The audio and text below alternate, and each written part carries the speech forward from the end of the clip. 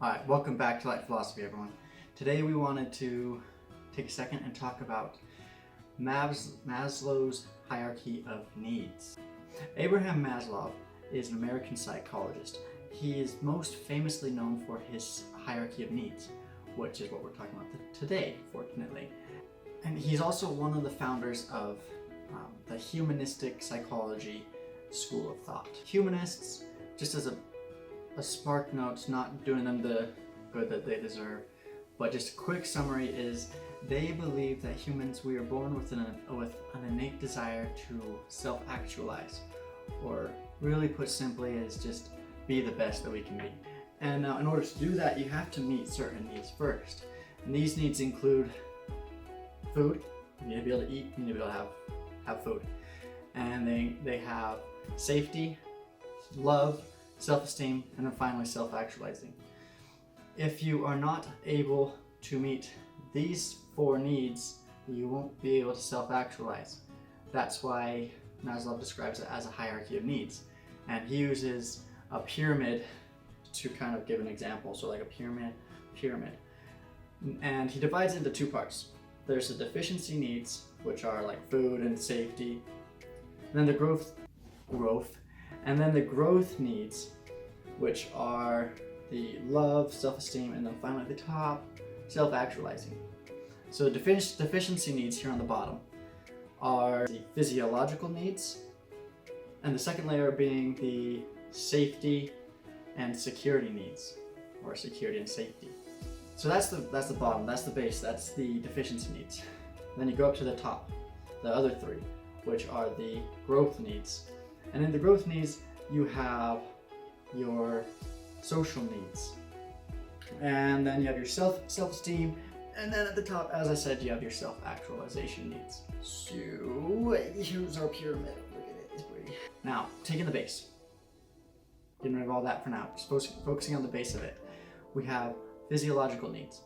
These are the needs like food, water, breathing, like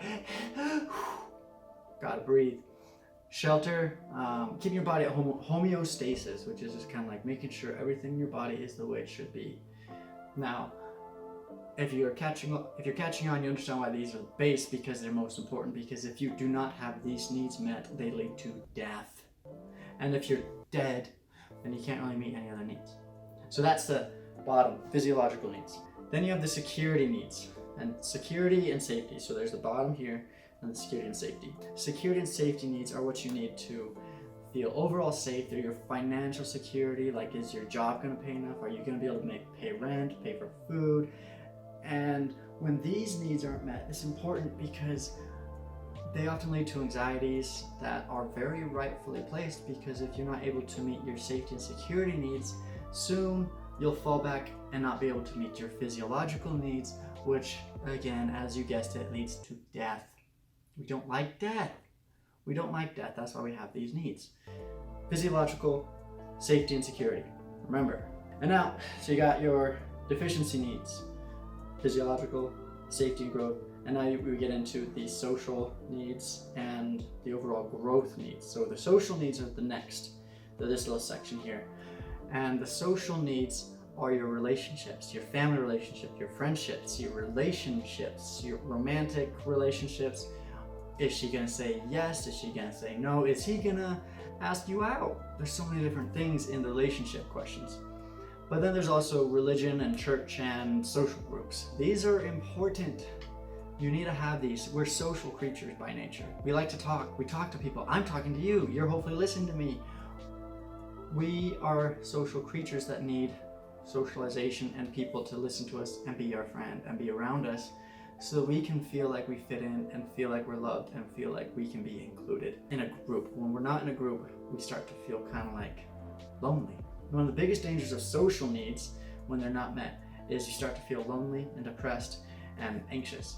And when you feel lonely, depressed, and anxious, then you don't really want to do anything. And then it starts to trickle down, and as you guessed it, death. Anyways. So that's the social needs, super important. Next we have self-esteem needs. And these are important because they're kind of what make you feel like you have any sort of self-worth and respect.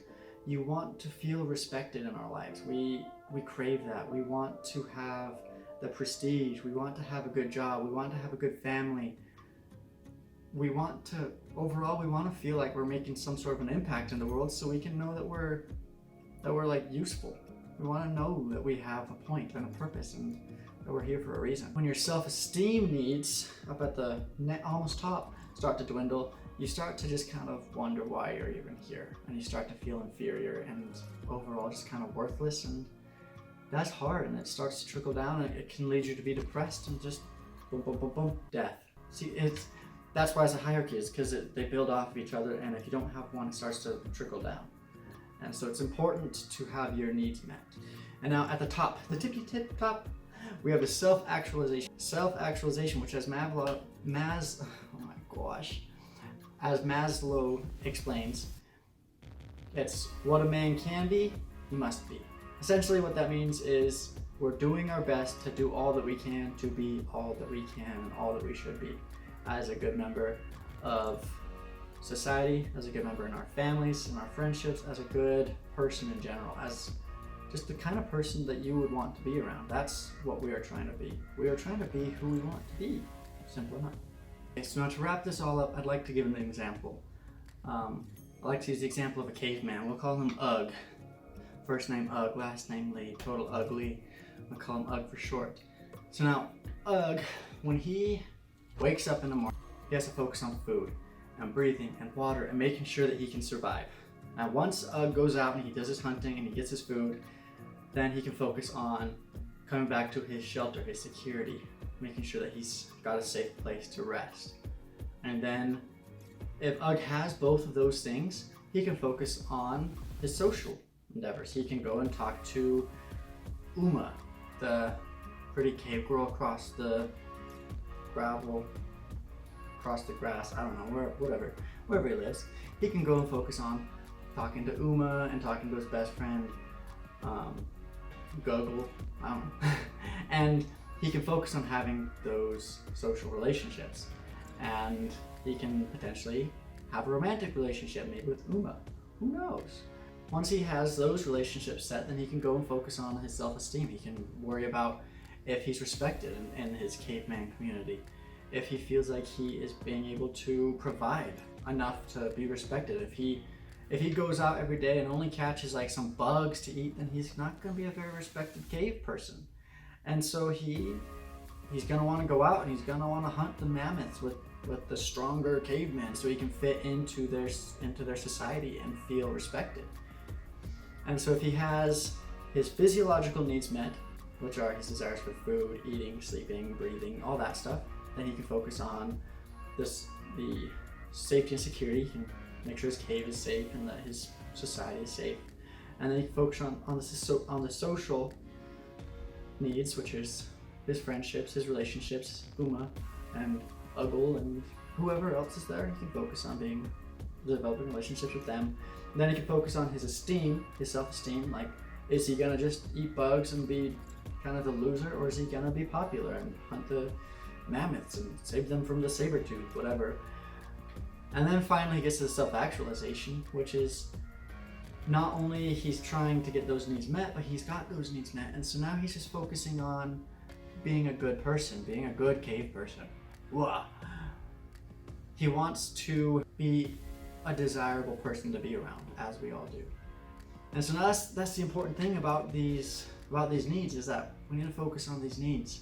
And if we notice a point in our life where we're kind of feeling like one of those needs are not being met, we should focus on that. When our needs aren't being met, then we should try to do something about that. And if we need a job, we should find a job. If we need food, we should get food. If we need a relationship, we should go out and actively look for a relationship.